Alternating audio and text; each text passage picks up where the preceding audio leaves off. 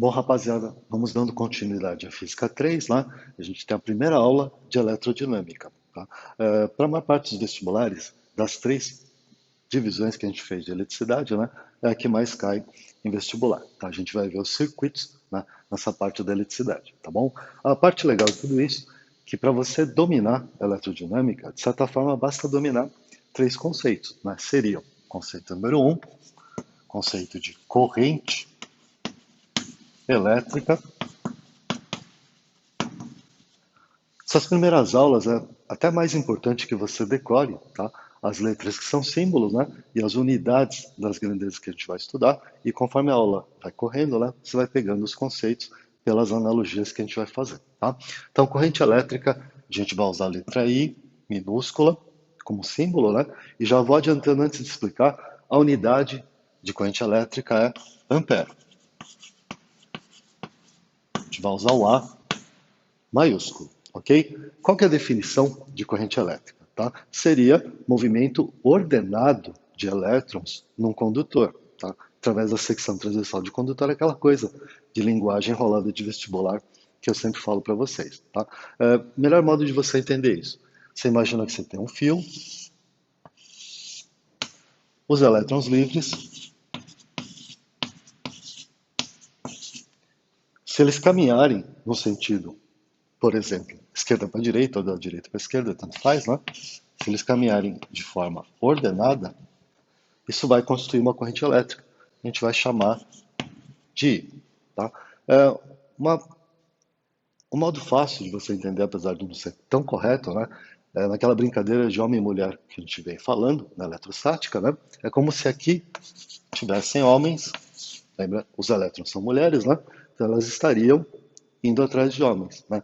A gente vai construir o conceito de polaridade aqui, mais para frente, né? Mas seria isso. Os elétrons têm que ter um motivo para estar caminhando, nesse caso, para o lado direito aqui, tá? Esse motivo seria essa polaridade aqui, tá? Então, o fluxo de elétrons, o movimento ordenado de elétrons num fio, né, num condutor, através da secção transversal de um condutor, é chamado de corrente elétrica, tá? Aqui eu já vou jogar a equação, apesar de parecer meio precipitado, né? O cálculo de corrente elétrica é a quantidade de carga pelo tempo que demora para essa carga passar nesse condutor aí, tá bom? Vamos tentar lembrar as unidades, né? Carga é coulomb, C maiúsculo. Tempo é segundo, tá? Então, coulombs por segundo, né? Dá ampere, que é a corrente elétrica, tá ok? Eu fui meio precipitado para jogar a equação logo de cara, porque logo no comecinho se concentram as questões dos maiores vestibulares, tipo a FUVEST, né? Só tem colocado questões, tem colocado muitas questões, né? Em cima dessa equação, tá? Então, na sequência, segunda grandeza que você tem que dominar, eu vou passar um geral primeiro, depois a gente especifica, tá? Seria diferença de potencial, tá? Que a gente chama no dia a dia de voltagem, de forma errada, vocês lembram, né? Tá bom? A unidade é volts, né? A gente vai usar a letra U para a diferença de potencial. Isso aqui é chamado também no dia a dia de tensão, tá bom? E a unidade é volts, né? A grandeza é U, TDP, voltagem e tensão. E a unidade é volt, letra V maiúsculo, tá? De novo, recorrendo à analogia, né? Para você entender o que é essa voltagem, vamos falar errado apesar de tudo, né? É o jeito mais famoso de se denominar, o U, né? A gente vai chamar de voltagem, é usando uma analogia, tá? Faz de conta que você tem uma caixa d'água na sua casa, se você morar numa casa, né? Desenhar mais ou menos, tá? Tem uma casinha aqui, a caixa d'água numa casa, geralmente fica no telhado, para gerar uma diferença de pressão, né, para a água poder fluir, tá bom? Então, essa caixa d'água, na minha analogia, faz o papel da bateria, a fonte de tensão, tá? Aí você tem o encanamento seriam os fios, né, no circuito, os condutores metálicos, tá bom? E aí faz de conta que aqui tem uma torneira, que eu não vou saber desenhar uma torneira. Assim tá bom. Tá. Você abre a torneira, a água vai cair, por quê? Devido à pressão, tá? Então, quem seria a voltagem nesse caso? A bateria dá voltagem.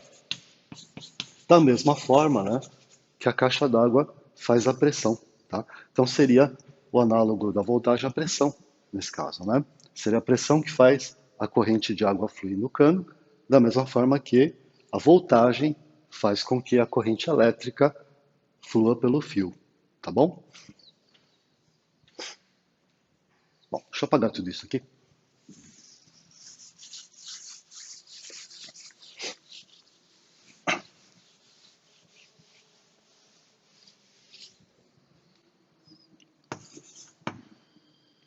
Terceiro conceito que a gente vai trabalhar é o conceito de resistência elétrica.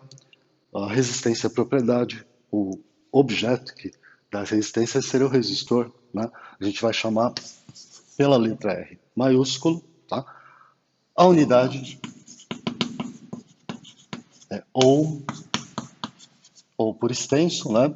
Ou a gente usa a letra ômega, maiúscula do alfabeto grego, tá? A resistência, para que você entenda exatamente o que ela faz, a gente retoma aquele probleminha, né?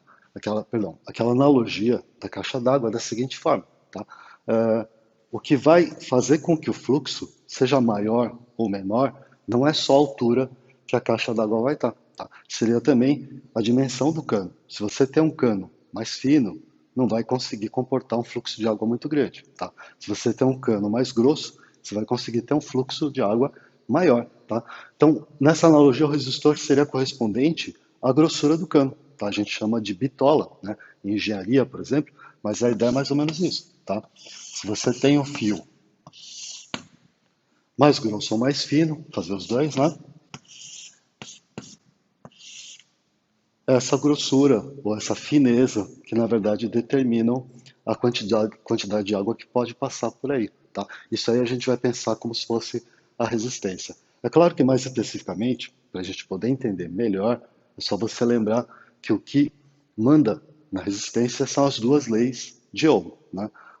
Começando pela segunda, que é a que menos cai em vestibular, né? A segunda lei de Ohm fala o quê? A resistência é proporcional ao material com que é feito o resistor, a gente vai usar a letra Rho do alfabeto grego, né? Ao comprimento do resistor. Vou pegar carona nessa figura, né? Que eu tinha feito. Comprimento, aqui a figura geométrica é um cilindro, né? Você vai ter que usar as aulas do Daniel para a parte matemática, tá? E inversamente proporcional à área de secção transversal, que no caso de um cilindro, se você lembrar, né? A secção transversal disso aqui é um círculo, tá? Então, caso a gente vá usar, só deixar aqui, né? A área de círculo é πr ao pi vezes raio ao quadrado, tá bom? Isso a gente deixa para depois. Então, a segunda lei de Ohm da dependência, né, geométrica, dos fatores geométricos, em relação à resistência de um fio.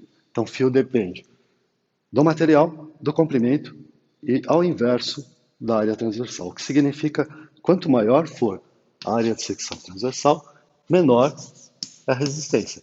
O que é meio lógico, né? Se você tem um cano mais grosso, a água vai sofrer uma resistência menor quando ela estiver caminhando por esse cano. Se você tem um cano mais fino, tá? Área menor, a água vai sofrer uma resistência maior quando ela estiver caminhando por esse cano aí, tá? Essa segunda lei, como eu falei, ela cai menos em vestibular, né? Mas ela é interessante para a gente poder entender essa analogia da resistência, né, elétrica com o cano na parte hidráulica da sua casa, tá bom? O que a gente está interessado mesmo, né, é a primeira lei de Ohm, que liga a tensão, né, a voltagem, com as duas primeiras grandezas que eu expliquei para vocês, a corrente elétrica, né, e a própria voltagem, famoso o igual a RI, tá? Só que no cursinho a gente falou o U, parece até um sorriso, né? O U tá rindo, né? O U que ri, você decora como você quiser. Na internet tem várias frases, né? Mas isso aqui é a primeira lei de Ohm. A gente está trabalhando aqui em volts, V, né? ohms, posso usar o ômega, né? E ampere para a corrente, tá? Então, nesse comecinho, como eu falei lá no início da aula, né, tenta se acostumar com as letras e principalmente com as unidades com as quais a gente vai estar trabalhando por aí, tá bom?